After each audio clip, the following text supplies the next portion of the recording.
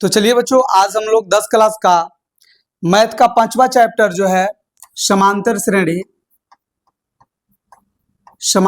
श्रेणी, इससे रिलेटेड हम लोग जितना बेसिक जानकारी है बच्चों, इसमें जितना फॉर्मूला यूज होने वाला है सब हम लोग सीखेंगे। और ये हम लोग सीख करके जितना प्रश्न है सबको बारी बारी से सॉल्व करेंगे। तो आप बिना टाइम को वेस्ट किए अच्छे तरीका से इसको सीख लीजिए और आप वीडियो को अंत तक देखिएगा, जिससे आपका एक भी प्रश्न मिस ना हो और आप अच्छे तरीका से सीख सकें। बच्चों, इसको हम लोग समांतर श्रेणी को शॉर्ट में एपी बोलते हैं। एपी का मतलब होता है अर्थमेटिक प्रोग्रेशन। क्या होता है बच्चों? Arithmetic progression. चलिए, सबसे पहले आप लोग को मैं बता दूं कि एपी का जो व्यापक रूप होता है, आखिर इसको हम कैसे लिखते हैं, तो आप लोग को मैं बता दूं। देखिए, एपी का व्यापक रूप माने स्टैंडर्ड फॉर्म में कैसे लिखाता है, तो इसको हम लोग A1, A2, A3, A4 dot dot dot AN के रूप में लिखते हैं। इतना तो आप लोग समझ गए होंगे, ये बुझा गया ना। चलो, इसको कैसे लिखा जाए बोलो? A1, A2, A3, A4 ऐसे डॉट डॉट AN तक। अब जो प्रथम पद है इसको A1 कहेंगे, द्वितीय पद को क्या कहा जाए? A2, तृतीय पद के A3 ऐसे डॉट डॉट डॉट AN रहेगा तो इसको अंतिम पद कहेंगे। इतना बुझा गया कि ना? अब देखिए, A1 प्रथम पद को हम लोग A से सूचित करेंगे, दूसरा पद को अगर लिखना होगा तो इसको हम लोग A प्लस D लिखेंगे। अब कहोगे कि D क्या है ना? तो D के बारे में मैं अभी तुरंत बताऊंगा। D सार्वंतर है, ठीक है, और इसके बारे में विशेष जानकारी हम लोग आगे लेंगे। देखिए, A3 क्या होगा? A plus 2D। देखो, A4 है तो क्या लिखेंगे? A plus 3D। अच्छा, आप लोग यहाँ एक लॉजिक लगाइए, क्या हो रहा है? ए में A है तो A लिखे, दूसरा पद में क्या लिख रहे हैं? A और D लिख रहे हैं, A गो D। तीसरा पद में A और 2 गो D, A को कम करके D लिखे। चौथा पद में बताओ तो क्या लिखे? A और प्लस 3 गो D। आप लोग बताइए तो जरा, अगर हम लोग को 5वां पद लिखना होता A5, अगर हम लोग को A5 लिखना होता, बताइए क्या लिखते? A plus 4D। Very good. यही हम लोग लिखना है AN, अंतिम पद। तो अब आप लोग जरा सोचिए क्या लिखेंगे। तो यहाँ पर A तो लिखा ही करेगा, क्योंकि सब में A है, A है, A है, A है, A तो आ रहा है। उसके बाद प्लस लिखेंगे और यहाँ पर जितना है उसमें से को कम कर देना है। जैसे जी कि 5 था तो 4 लिख रहे हैं। अब यहाँ पर N है तो बताओ क्या करेंगे? N -1 कर देंगे और यहाँ पर D लग जाएगा, और यही एक फॉर्मूला हो जाता है अंतिम पद के लिए। ये समझ में आया कि ना? अब देखो, अब मैं बता रहा हूं, इसमें आप लोगों को मैं बताऊंगा कि इसमें जो प्रथम पद है, प्रथम पद उसको A से सूचित करते हैं। समझ में आ जाएगा? देखिए, अब इसमें सार्वंतर बताइए। सार्वंतर इसमें हम लोग इसको D से सूचित करते हैं। सार्वंतर को कहां से? D से। इसको अंग्रेजी में कॉमन डिफरेंस बोलते हैं। क्या बोलते हैं? Common difference. तो ज्यादा अंग्रेजी हमारा झाड़ना नहीं है। क्या होगा? सार्वंतर को D से सूचित करेंगे। यहां तक क्लियर है? अब देखो, पद को हम लोग N से सूचित करते हैं। पद की संख्या को कहां से सूचित करते हैं? N से। और देखो, एक चीज मैं और सबसे इंपॉर्टेंट बता रहा हूं, अंतिम पद को हम लोग AN बोलते हैं। देखिए, अंतिम पद को क्या बोलते हैं? अंतिम पद को AN बोलते हैं। इसको TN से सूचित भी करते हैं, लास्ट टर्म। समझ में आ गया? इसको हम लोग L से भी सूचित करते हैं, छोटका L से। तो ये तीनों प्रकार से हम लोग लिख सकते हैं। तो ये आप लोग समझ में आ गया। एक और फॉर्मूला मैं लिखूंगा जो सबसे महत्वपूर्ण है। देखिए, जब कोई एपी में जब रहेगा, कोई भी मान लो कि जो अर्थमेटिक प्रोग्रेशन दिया हुआ है, तो हम लोग कैसे जानेंगे कि यह एपी में है कि नहीं? तो उसमें हम लोग को एक फॉर्मूला रहता है और वो है सार्वंतर ज्ञात करके। सार्वंतर D बराबर क्या होता है फॉर्मूला? तो दूसरा पद में से पहला पद को माइनस कर देना। देखो, दूसरा पद में से पहला पद को घटाएंगे तो जो आएगा उसको सार्वंतर बोलेंगे। फिर एक बार और हम लोग को ऐसा करना पड़ता है और फिर हम लोग को सार्वंतर ज्ञात करना होता है। तो फिर सार्वंतर D इक्वल टू क्या लिख सकते हैं?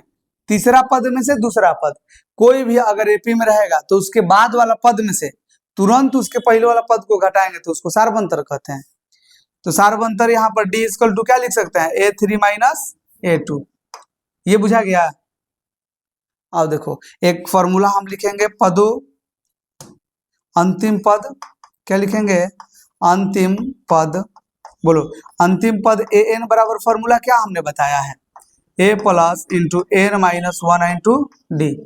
बोलो ये समझ में आ गया कि नहीं, अभी तो बताया है ए एन बराबर a plus into N minus one into d, और यही याद करना पड़ता है सबको, याद तो करना नहीं है, अब बुझा जाएगा ना, ए लिखना है प्लस करना है, जितना है वो में से ए को कम कर दो, बाकी डी से तो मल्टीप्लाई करना है, क्लियर है। चलिए दो और फॉर्मूला रहता है, बस इसी के आधार पर पूरा 5वां चैप्टर खत्म। और वो है देखो पदों का योग कितना, तो एन पदों का योग, एन पदों का योग, उसके लिए फॉर्मूला रहता है एस एन, इसको क्या से सूचित करते हैं, एस एन से, माने सम ऑफ नंबर। फॉर्मूला क्या होगा बोलो, N by two into two A plus into N minus one into D, N by two into two A plus into N minus one into D. अब देखो इसको हम बता रहे हैं कि इसको एक और हम लोग लिख सकते हैं फॉर्मूला, देखिएगा आप लोग कैसे, एन बाई टू हुआ ना, अच्छा देखो तो दो ए को हम लोग ए प्लस ए नहीं लिख सकते हैं, अरे दो ए है तो ए प्लस ए लिख दो, उसके बाद देखिए plus into N minus one into D. यहाँ पर देखो, यहाँ पर एक चीज, ये वाला जो है, ये वाला जितना है इसके बराबर कोई फॉर्मूला होता है क्या, जितना हमने येलो कलर कर दिया है a plus into N minus one into d, इसके जगह पर कोई फॉर्मूला होता है, देखो तो ए एन बराबर a plus into N minus one into d, तो इसके जगह पर बताओ, इसके जगह पर हम लोग ए एन नहीं लिख सकते हैं, तो ये क्या हो जाएगा, N by two I into A plus A N, हो गया ना, तो ये हम लोग के पास फॉर्मूला रहेगा। अब देखो इसका कैसे कैसे अब हम लोग उपयोग कर करके ये फॉर्मूला का और हम लोग हल करेंगे। जैसे केहू कहेगा कि 20 गो प्रकृत संख्या का योग ज्ञात कीजिए, क्या कहेगा, 20 गो प्रकृत संख्या, तो इसमें n का मान कितना हो गया, 20 ना, तो बताइए 20 को जब प्रकृत संख्या लिखेंगे तो 1 2 3 4 ऐसे डॉट डॉट कर जाएंगे और लास्ट में 20 आएगा, आएगा ना, तो हम लोग करेंगे क्या, तो ये जितना दिया है n, फॉर्मूला लगेगा ना, देखो तो n बाई टू, तो n का मान कितना है 20, तो n by two I into प्रथम पद और प्लस अंतिम पद लिखते हैं ना, तो देखो n के मान कितना बा 20, अब आटा में 2, प्रथम पद a बराबर कितना बा 1, तो 1 लिखेंगे और प्लस अंतिम पद कितना है 20, तो ये लिख देंगे, ये 2 से कटाएंगे तो कौ बार में कटेगा 10 बार में, तो ये 10 हो जाएगा, अब 20 में 1 जोड़ेंगे तो 21, और 21 को 10 से गुना करेंगे 210, यही तो कहलाता है एस एन। तो ये ना बुझा गया, बुझा गया ना। चलो अब ये सब ऑब्जेक्टिव को सॉल्व करने के लिए यूज किया जाता है फॉर्मूला, बहुत आसानी से हम इसको सॉल्व करेंगे आगे, इसका आप लोग स्क्रीनशॉट ले लीजिए और आप लोग को लिखने के लिए हम लास्ट में दे देंगे, ठीक है ना। चलिए अब देखिए यहाँ पर एक क्वेश्चन दिया गया है और ये क्वेश्चन को हमें बताना है, क्या बताना है कि निम्नलिखित स्थितियों में से किन स्थितियों में सम्मत संख्याओं की सूची एपी में है, एपी है और क्यों, ये कारण भी बताना है। तो आप लोग देखिए यहाँ पर क्वेश्चन सबसे पहले पढ़ेंगे, कह रहा है कि प्रत्येक किलोमीटर के बाद टैक्सी का किराया, जबकि प्रथम किलोमीटर के लिए किराया कितना रुपया है 15 रुपया, और प्रत्येक अतिरिक्त किलोमीटर के लिए किराया 8 रुपया है। तो यहाँ पर देखो लिखेंगे क्या, चूंकि प्रथम किलोमीटर का किराया, प्रथम किलोमीटर का किराया कितना है बोलो तो 15 रुपया है, प्रथम किलोमीटर का किराया 15 रुपया है। तो फिर लिखेंगे दूसरा किलोमीटर का किराया, अगर बताइए तो हमको 2 किलोमीटर जाना होगा तो कै रुपया देना होगा, तो पहला किलोमीटर खातिर तो 15 रुपया देंगे और दूसरा किलोमीटर खातिर तो 8 रुपया ना लगेगा, तो कै रुपया हो गया बोलो 23 रुपया। अगर हमको 2 किलोमीटर जाना है कहीं, तो अगर गाड़ी पर बैठेंगे 1 किलोमीटर ले जाएगा तो कै रुपया लेगा 15, फिर दूसरा किलोमीटर जाएंगे तो 8, कितना हो गया 23। अब मान लो कि हमको 3 किलोमीटर जाना होगा तो लिखेंगे, दूसरा मत लिखिए, यहाँ पर लिख दीजिए 2 किलोमीटर, 2 किलोमीटर, यहाँ पर क्या लिखेंगे बोलिए तो 3 किलोमीटर का किराया। आप लोग बताएंगे 3 किलोमीटर का किराया कितना होगा। पहला खाती 15, दूसरा खाती तो 8 ना लगेगा, और तीसरा खाती कितना लगेगा 8। कुल जोड़ के ये सब जोड़ेंगे तो कितना हो जाएगा 31 रुपया। कितना होगा 31 हो जाएगा ना। तो ये ऐसे ही आगे बढ़ता जाएगा बढ़ता जाएगा। तो अब लिखेंगे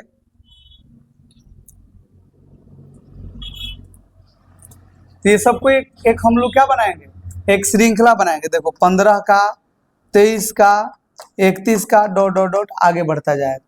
तो आप लोग देखो इसको बहुत आसानी से सॉल्व कर पाओगे। यहाँ क्वेश्चन हम लोग रखते हैं। अच्छा बताओ तो आप लोग इसमें प्रथम पद कितना है, ए बराबर 15, ये बुझा गया। अब बताइए इसमें अब हम लोग को सार्व अंतर ज्ञात करना है। सार्व अंतर, तो सार्व अंतर डी बराबर क्या होता है, दूसरा पद में से पहला पद को घटा देना। तो इसके लिए हम लोग लिखेंगे a2 माइनस a1। a2 का मान बोलो कितना है 23, माइनस 15। 23 में से 15 कम होगा तो कितना आएगा 8 ना, बुझा गया। और देखो फिर लिखेंगे ये d1 हो गया, फिर हम लोग लिखेंगे सार्व अंतर, सार्व अंतर d2 बराबर, d2 खातिर क्या करना है तीसरा, हाँ a3 minus a2, very good, a3 minus a2। तीसरा पद बताइए कितना है 31 माइनस 23। 31 में से 23 कम करेंगे तो 8 बचेगा ना। तो देखिए लास्ट में हम लोग यही लिखेंगे, ये कारण भी बताना है ना, तो लास्ट में हम लिख देंगे यहाँ क्या है d1 बराबर d2 है, दोनों बराबर नहीं है, d1 बराबर क्या है d2 है, अतः यह AP में है, अतः यह AP में है, अतः यह क्या है AP में है। ये बुझा गया। तो इस प्रकार से हम लोग क्या कर लेंगे, इसको सॉल्व करेंगे। तो आप लोग स्क्रीनशॉट ले लीजिए, आगे बढ़ रहे हैं। देखिए ये जो क्वेश्चन है कोई ज्यादा डिफिकल्ट नहीं है, लेकिन थोड़ा सा इसको देखना होगा, थोड़ा सा लगता है यह भारी, ठीक है। सबसे पहले आप लोग क्वेश्चन को समझेंगे। कह रहा है कि किसी बेलन में उपस्थित हवा की मात्रा, जबकि वायु निकालने के बाद पंप प्रत्येक बार बेलन की शेष हवा का 1/4 भाग बाहर निकाल देता है। तो अभी पता नहीं है कि बेलन में हवा है कितना, तो हम लोग उसको x मान लेंगे। तो जी लिख ले रहे हैं, माना कि बेलन में उपस्थित हवा की मात्रा कितना है x है। तो जी लिखेंगे, देखिए प्रत्येक बार बेलन शेष हवा का 1/4 भाग निकाल देता है। तो लिखेंगे पहली बार निकले हवा, बताइए तो पहला बार कितना हवा निकलेगा x है, और कह रहा है कि जितना उसमें हवा है उसका 1/4 भाग बाहर निकल जाएगा। तो x में से हम लोग क्या करेंगे, x में से 1/4 इसका बाहर निकालेंगे। तो देखिए ये कितना हो जाएगा, x को 1 से गुना करेंगे तो x/4। तो x/4 निकल गया, हवा था कितना पहले x था, उसमें से x/4 बाहर निकल गया, बुझा गया। तो लिखेंगे शेष हवा का आयतन, शेष हवा का आयतन। बताइए तो शेष हवा कितना है, तो x था, इसमें से 1/4 तो बाहर निकल गया, इसको बाटा पे के जोड़ बना लेना है, इसके नीचे कुछ ना रहेगा तो क्या आएगा 1। तो 1 और 4 का एलसीएम कितना होता है 4, 1 से 4 बार में कटेगा 4x माइनस x। ये समझ में आ गया ना, 1 से 4 बार में कटेगा तो 4x माइनस 4 से यह 1 बार में कटेगा तो 1 को 1 से गुना कर देना x, 4 को x में से 1 को 1 से घटेगा तो 3x, अब बाटा में 4। एक बार हम लोग ऐसा कर लिए। अब फिर लिखेंगे, यही काम हम लोग क्या करते चलेंगे, दोहराते चलेंगे। लिखेंगे यहाँ पर दूसरी बार निकले हवा। दूसरी बार देखिए हवा कितना निकलेगा, तो कितना है बताइए तो 3x/4, यही ना बेलन में बचा हुआ है टंकी में, तो जितना है उसका कितना निकाल देना है 1/4। तो इसको गुणा कर लो, 3x को 1 से गुणा करेंगे 3x और बाटा में 16, कितना हवा निकल गया 3x/16 निकल गया। ये बुझा गया कि नहीं। अब फिर लिखेंगे शेष बचे हवा, शेष हवा का आयतन, शेष हवा का आयतन। आप लोग जरा सोचिए, हवा कितना निकला है 3x बटा में 16, ये हवा निकला है, टंकी में था कितना, तो 3x बटा में 4 था, लेकिन निकल गया इसमें से 3x और बटा में 16। तो अब देखो इसका एलसीएम लेंगे 4 16 का, तो कितना आएगा 16, 4 और 16 का एलसीएम 16 आएगा। 4 से एको बार में कटेगा, 4 बार में, तो 4 को 3 से गुना कर दो, यह हो जाएगा 12x और माइनस 16 से एक बार में, तो ये कितना हो जाएगा 3x। अब देखो 12 में से 3 घटेगा तो कितना हो जाएगा 9x और बटा में 16। अब बताइए तो कितना हवा बचा हुआ है 9x बटा में 16। और एपी निकालने के लिए कम से कम हम लोग को 3 बार ऐसा करना पड़ता है, तो 2 बार तो हम लोग कर लिए, तीसरा बार अब करेंगे यही, क्या लिखेंगे तीसरी बार निकले हवा, निकले हवा। अच्छा बताइए तो तीसरा बार हम लोग क्या लिखेंगे, अब मैं नहीं बताऊंगा, आप ही लोग बताइए। टंकी में कितना हवा है, हाँ 9x और बाटा में 16 है, हवा कितना निकलेगा 1 बटा में 4, तो ये हो जाएगा 9x और बाटा में 16 चौके 64। इतना हवा क्या हो गया बाहर निकल गया। फिर अब लिखेंगे शेष हवा का आयतन, क्या लिखेंगे शेष हवा का आयतन, शेष हवा का आयतन। चलिए बताइए शेष हवा का आयतन, टंकी में कितना हवा है 9x और बाटा में 16, इसमें से कितना निकल गया 9x और बाटा में 64। तो अब यहां पर काम करो, एक काम किया जाए कि 16 और 64 का एलसीएम बता दीजिए। 64, बहुत बढ़िया। तो इसका एलसीएम आएगा 64, 16 से को बार में कटेगा 4 बार, तो 9 को 4 से गुना करो, 9 चौके 36x और माइनस 64 से एक बार में कटेगा, तो ये क्या हो जाएगा 9x, घटाएंगे तो हो जाएगा 27x और बटा में 64। ये आप लोग तो अब समझ में आ गया ना कैसे करना है बार बार। चलो अब यहां तक जब हम लोग सॉल्व कर लेंगे तो थोड़ा सा अब हम लोग नीचे आएंगे, लेकिन अब नीचे नहीं, अब हम यहाँ पर साइड में लिख रहे हैं, इसके बाद हम लोग यहाँ पर लिख रहे हैं दूसरे का। ये आप लोग समझिएगा कि इसके बाद लिख रहे हैं, ठीक है ना। अब देखो क्या करना है, यहाँ पर ये सारे टर्म लिखना है, जो शेष हवा है, शेष हवा 1 2 3, शेष हवा बोलिए तो कितना है, पहले का बार कितना था x, हम लोग तो तीनों बार ये, एक बार तो x था, दूसरा बार ये लिख देते, तीसरा बार ये, हम लोग ये नहीं लिखेंगे तो कोई दिक्कत नहीं है, अगर लिख दिए तो कोई बात नहीं, हम लोग यहाँ तक भी बनाएंगे तो हो जाएगा, क्योंकि पहले तो टंकी में x था, दूसरा का बताइए कितना, दूसरा का शेष हवा कितना है 3x/4, 3x और बाटा में 4, तीसरा का टर्म में बताइए शेष हवा कितना है 9x बटा में 16, 9x और बाटा में 16, इतना तक लिख करके हम लोग कर देंगे तो हो जाएगा। मतलब ये अगर हम लोग नहीं लिखते हैं तो कोई दिक्कत नहीं है, क्योंकि हमको 3 गो टर्म चाहिए कम से कम एपी पता करने के लिए, 3 गो तो है ना, अगर इसके बाद हम लोग बढ़ रहे हैं तो कोई दिक्कत नहीं है, बढ़ जाइए, लेकिन 3 गो कम से कम चाहिए। अब बताइए इसमें प्रथम पद कितना होगा, प्रथम पद बोलिए a बराबर x होगा। अब हमको सार्व अंतर ज्ञात करना है, क्या करना है जी, सार्व अंतर, सार्व अंतर d बराबर बोलो, दूसरा में से पहले घटा देना है, 3x बटा में 4 में से x कम कर दीजिए, ये दोनों का एलसीएम 4, 4 कहीं 4 तो ये हो जाएगा 3x माइनस 1 चौके 4 तो ये हो जाएगा 4x, मतलब ये माइनस x बटा में 4, बोलो बुझा गया कि ना। ये बाटा पे जोड़ बनाना है तो इस पे ज्यादा टाइम क्या लगाना है। अब देखो फिर हम लोग लिखेंगे सार्व अंतर, क्या लिखेंगे सार्व अंतर, और सार्व अंतर बोलिए तो फिर अब क्या लिखेंगे d1 i d2, d2 लिखना है तो तीसरा में से क्या करेंगे दूसरा घटाएंगे, तीसरा कितना है बोलिए 9x बटा में 16 माइनस 3x बटा में 4, बोलिए 16 64, ये दोनों का एलसीएम 16, 16 का 16 तो ये हो जाएगा 9x माइनस 4 चौके 16 मतलब 3 चौके 12x, ये घटेगा तो माइनस 3x और बाटा में 16।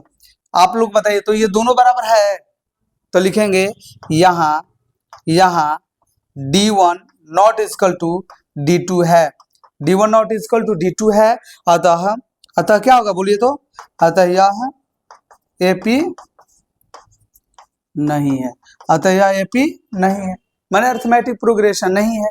इसको आप लोग स्क्रीनशॉट ले लीजिएगा, और बाकी अब हम लोग क्या करेंगे आगे की तरफ बढ़ेंगे।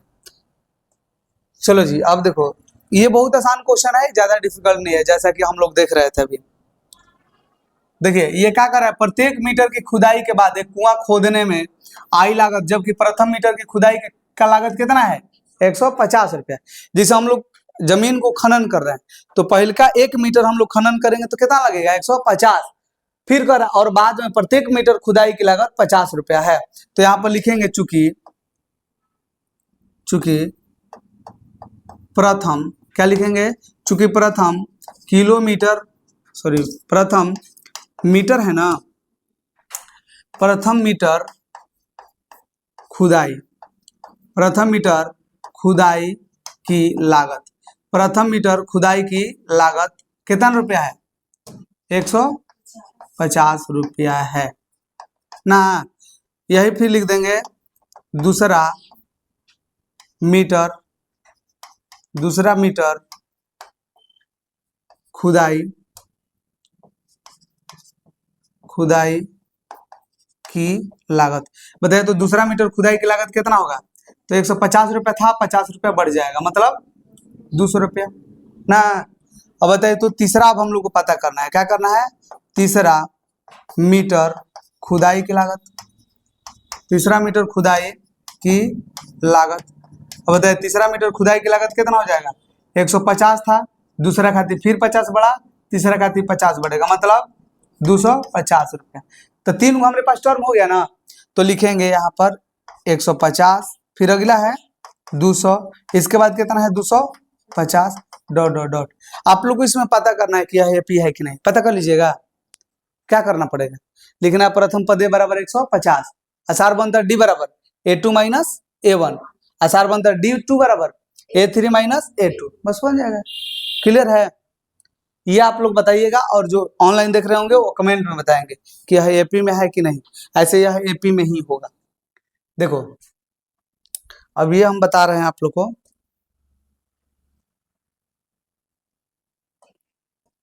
एसआई के लिए फॉर्मूला आप लोग को पता है, याद तो है लेकिन याद है नहीं, पता है एसआई बराबर क्या होता है, P गुना R गुना T और बटा में बोलो बाटा में 100 है। ये स्थिति रहेगा, तो लोग तुरंत 8 क्लास में से पढ़ के आइए लोग ना। चलो देखो, खाते में प्रत्येक वर्ष का मिश्र धन जबकि 10,000 रुपया की राशि 8% वार्षिक दर से चक्रवृद्धि ब्याज पर जमा की जाती है। तो देखो चक्रवृद्धि ब्याज क्या होता है कि ब्याजों का ब्याज लगता है। जैसे हम मान लो कि जमा कर दिए, लगता है चाहे मिलता है, पैसा जमा कर दिए 10,000 रुपया जमा किए और उस पर मान लो कि हमारे 1 साल में 500 रुपया बढ़ गया पैसा, तो 10,000 कितना हो जाएगा 500। तो अगला बार जो पैसा अब हमको मिलेगा तो कितना मिलेगा, अब कितना मिलेगा, तो जो 500 हम लोग एक्स्ट्रा जमा किए ना उसका भी अब ब्याज हमको मिलेगा। तो 10,000 अब 500 पर ब्याज मिलेगा। तो इसी को हम लोग चक्रवृद्धि ब्याज बोलते हैं और यही आप लोग को समझा रहे हैं। तो जी लिखेंगे पहला वर्ष का मूलधन और मूलधन ही तो हम लोग जमा करके रखेंगे। बैंक में हम लोग 10,000 रुपया जमा किए, तो अब लिखिए यहां पर लिखेंगे पहले वर्ष का SI मतलब सिंपल इंटरेस्ट निकाल रहे हैं, चक्रवृद्धि ब्याज नहीं, अगर के साधारण ब्याज निकाल रहे हैं। फिर उसमें जोड़ देंगे आगे, आप लोग देखते चलिए क्या कर रहे हैं। पहले वर्ष का SI फॉर्मूला लिखिएगा P गुना R गुना T और बटा में 100। देखो P का मतलब होता है प्रिंसिपल मतलब मूलधन, और मूलधन कितना है 10,000, कितना है 10,000 गुना रेट बताओ तो कितना है, रेट मतलब दर 8%, दर है 8%। यहाँ पर हम लोग परसेंट के लिए ही नीचे 100 लिखते हैं और समय के लिए टी बताओ तो 1 वर्ष का निकाल रहे हैं, पहले वर्ष का ऐसा ही, तो समय कितना रहेगा 1 और बाटा में क्या हो जाएगा 100, ये 100 से 2 जीरो कट जाएगा ना, तो बताओ कितना हो गया 800 रुपया। 800 रुपया हमारा अगर 10,000 बैंक में जमा किए 8% हमको ब्याज मिल रहा है तो 800 रुपया हमारा बेसी हो जाएगा पैसा, बुझा गया।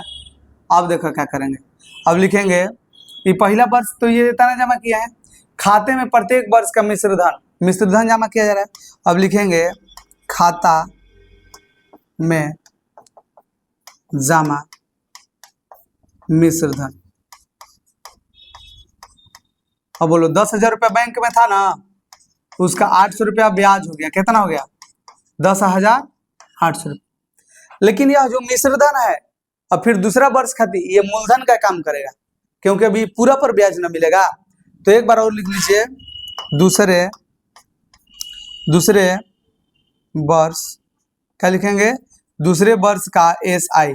बताइए तो दूसरे वर्ष का SI निकालने के लिए क्या लिखेंगे, P गुना R गुना T और बटा में 100। P का मान बोलो 10,800। अब ये हो जाएगा P का मान, क्योंकि अब बैंक में पैसा जमा हुआ है 10,800 और इस पे अब हमको ब्याज मिलेगा। तो P R का मान है 8 गुना समय, दूसरा देखो पहला वर्ष से दूसरा वर्ष तो समय कितना, एक ही वर्ष का ना मिलेगा। तो इसमें हम लोग समय रखेंगे 1 और बटा में 100, 2 जीरो कटेगा, कितना हो गया 108 और गुना 8, इसको गुना करेंगे तो हो जाता है 864 ना। तो अब लिखिए दूसरे वर्ष का मिश्र धन, दूसरे वर्ष का मिश्र धन बताइए कितना हो जाएगा। तो बैंक में कितना था 10,800 रुपया, फिर उसका ब्याज कितना आ गया 864, जोड़ेंगे तो 4 6 8 8 16 6 1 16 6 1 8 सिल, और ये 10 में जोड़ेंगे 1 11, तो बताइए कितना हो गया 11,664। तब जाकर के हम यहाँ पर एक क्या बनाएंगे, श्रृंखला बनाएंगे और उसको पता करेंगे कि यह एपी में है कि नहीं।